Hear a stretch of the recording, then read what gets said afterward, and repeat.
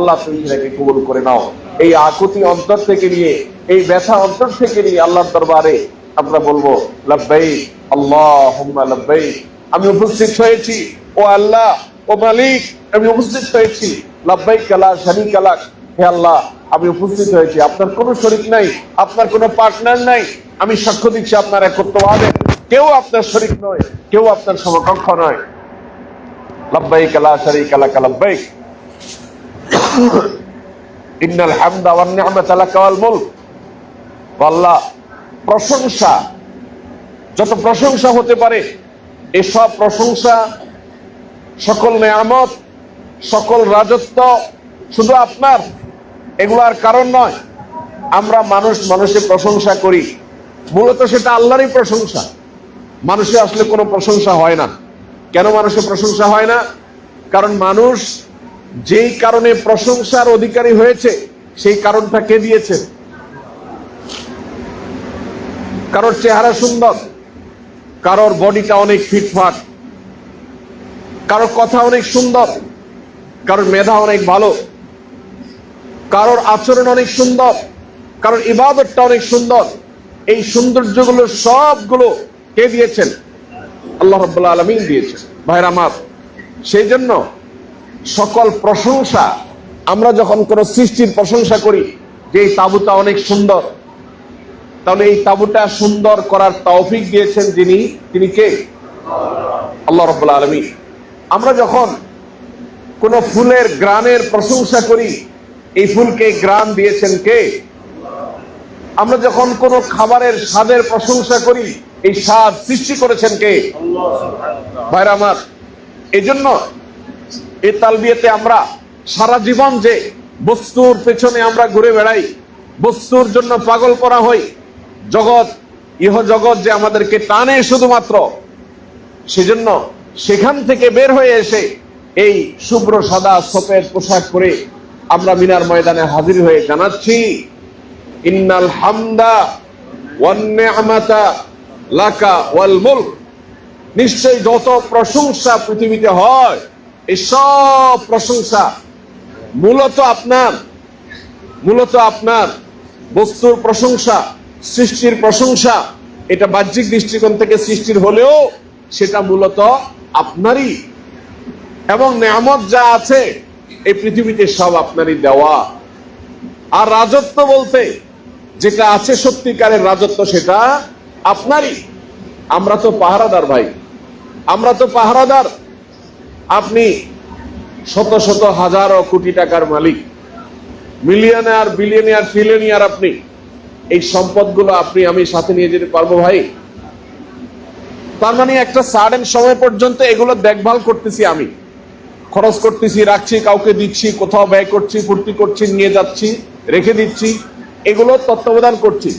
মালাকুল মউত আসছে, এগুলো যথাস্থানে রেখে একজন পাক্কা দারোয়ানকে যেরকম মালিক ডিউটি থেকে বরখাস্ত করার পর সাথে সাথে যেটা যে অবস্থা আছে রেখে সে যেরকম চলে যায়, ঠিক একই ভাবে আমার গাড়ি, বাড়ি, অ্যাসেট, সহায় সম্পদ, ব্যাংক ব্যালেন্স সব যে অবস্থা আছে, মালাকুল মউত এসছে, মৃত্যুর দূত আসছে, আমার হায়াত শেষ হয়ে গেছে, আমি সেটাকে সে অবস্থা রেখে চলে যাচ্ছি। তাহলে এই যে চলে যাচ্ছি, এই জিনিসগুলো, এই সম্পদগুলো, এগুলো কে মালিক হচ্ছে? আমি রেখে যাচ্ছি যে হয়তো আমার ছেলে মালিক হচ্ছে, আমার মেয়ে মালিক হচ্ছে। এমনও হতে পারে যে ছেলে মেয়ের জন্য রেখে যাচ্ছে, ওরা আসলে ভোগ করতেই পারে না, অন্য কেউ দখল করে ফেলছে। আবার সে আবার পেয়ে নিজেকে মালিক মনে করতেছে, তার আবার যখন মালাকুল মউত এসে চলে আসছে, তখন আবার সে ওগুলা রেখে চলে আসছে, আরেকজন সেটাকে টেক ওভার করছে। এভাবে কিয়ামত পর্যন্ত টেক ওভার চলতে থাকবে, হাত বদল চলতে থাকবে। এখান থেকে বোঝা যায় দুনিয়াতে আসলে কেউ রাজা হয় না, আসলে কেউ মালিক হয় না। এটা সাময়িক মালিকানা, আসল সকল সৃষ্টি জগতের সকল মালিকানা কার? এই জন্য আমরা তালবিয়া পাঠের সময় বলি ইন্নাল হামদা ওয়ান নি'মাতা লাকা ওয়াল মুলক। ও আল্লাহ, প্রশংসা যা হয় সব তোমার, নিয়ামত যা আছে সব তোমার, আর রাজত্ব যেটাকে বলা হয় সেটা আসল রাজত্ব যেটা, এটা শুধু তোমার। কারণ তোমার কাছ থেকে আর কেউ পায় না। এমন কোন সিস্টেম আছে যে নাউজুবিল্লাহ আল্লাহ থেকে আরেকজন বুঝে না? এরকম আছে? একমাত্র যার রাজত্ব টিকে থাকে অনন্ত অনাদিকাল, যার কোনো শুরু নাই শেষ নাই, তিনি হলেন কে? আমরা যে মালিক বলি এটা হলো 2 নাম্বারই, এটা হলো আত্মপ্রতারণা। এটা বোঝার জন্য পণ্ডিত হওয়ার দরকার নেই। একটা শিশু বাচ্চাকেও বোঝানো সম্ভব যে আমরা দুনিয়াতে যত কিছুর মালিক হই না কেন, এই সব কিছু রেখে আমাকে চলে যেতে হচ্ছে।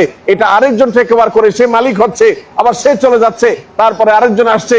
তাহলে আমরা সবাই কেয়ারটেকার, আমরা আসলে কেউ মালিক নই, আমরা সবাই কেয়ারটেক করছি। আল্লাহ আসল মালিক। এই জন্য বলছি লাকা ওয়াল মুলক, ও আল্লাহ, রাজত্ব আর মালিকানা শুধু আপনারই সাজে, ওটা শুধু আপনারই। আমাদের সারা জীবনের আমল ভুল বিশ্বাস থেকে বের হয়ে আসার জন্য তালবিয়াতে আমরা আল্লাহর কাছে এগুলো নিবেদন করছি। আল্লাহ আমাদেরকে সেই মানসিকতা নিয়ে তালবিয়া পাঠ করার তৌফিক দান করুন। ভাইরা আমার, আমরা ইনশাআল্লাহ পুরো দিন আল্লাহকে আমরা আমাদের রব হিসাবে স্বীকৃতি দিয়ে আল্লাহর কাছে নিজেকে সমর্পণ করে নিজের পুরো জীবনকে পরিবর্তন করার জন্য এখানে এসেছি। শুধুমাত্র হজের কিছু প্রসিডিওর মানার জন্য আসি নাই। এই মেন্টালিটি নিয়ে আমরা ইনশাআল্লাহ সারাক্ষণ আল্লাহর দিকে রুজু থাকবো, আল্লাহর দিকে আমাদের মন লেগে থাকবে। তালবিয়া এবং তাকবীরে আমরা মুখরিত রাখবো নিজেদেরকে, অন্য ভাইয়ের সেবা করার চেষ্টা করব, খেদমত করার চেষ্টা করব, কাউকে কষ্ট দিব না। আল্লাহ আমাদের সবাইকে তৌফিক দান করুন। আল্লাহ আমাদের সবাইকে হজ্জে মাবরুর করার তৌফিক দান করুন। আমাদের এই পাথর হওয়া অন্তরগুলোকে আল্লাহ গলে যাওয়া গলায় নেওয়ার তৌফিক দান করুন। বিগলিত অন্তরে দোয়া করার যে কি স্বাদ, কি তৃপ্তি, আল্লাহ সেটা আমাদেরকে আস্বাদনের তৌফিক দান করুন। ভাইরা আমার, জোহরের ওয়াক্ত হয়েছে, জোহরের আজান হবে ইনশাআল্লাহ। আজানের পরে আমরা সুন্নাত নামাজ পড়বো ইনশাআল্লাহ। জোহরের নামাজ আমরা মিনাতে এবং আরাফাতে 2 রাকাত পড়বো নাকি 4 রাকাত পড়বো, এটা নিয়ে ঐতিহাসিক ভাবে ফোকাহাদের মধ্যে 2টি মত চলে আসছে। একটি মত হলো যে নবী করিম সাল্লাল্লাহু আলাইহি ওয়াসাল্লাম মিনাতে আরাফাতে জোহর আসর এশা 2 রাকাত পড়তেন, 2 রাকাত পড়তেন। এ ব্যাপারে কোনো ইখতিলাফ নাই, এটা সবাই একমত যে তিনি 2 রাকাত পড়তেন। কেন 2 রাকাত পড়তেন এটা নিয়ে ইখতিলাফ আছে।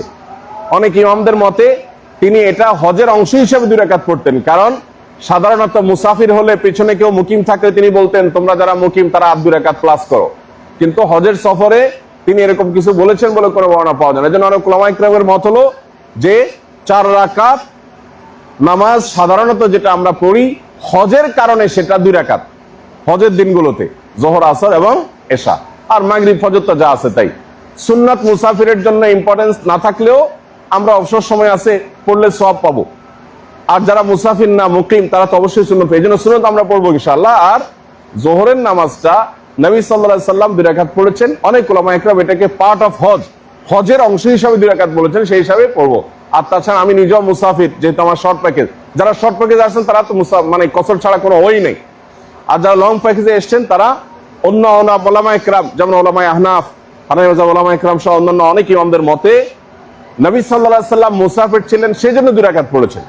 তাহলে বাকি যারা মুকিম তারা 4 রাকাত পড়বে, যারা 15 দিনের বেশি মক্কায় আছেন তারা 4 রাকাত পড়বে।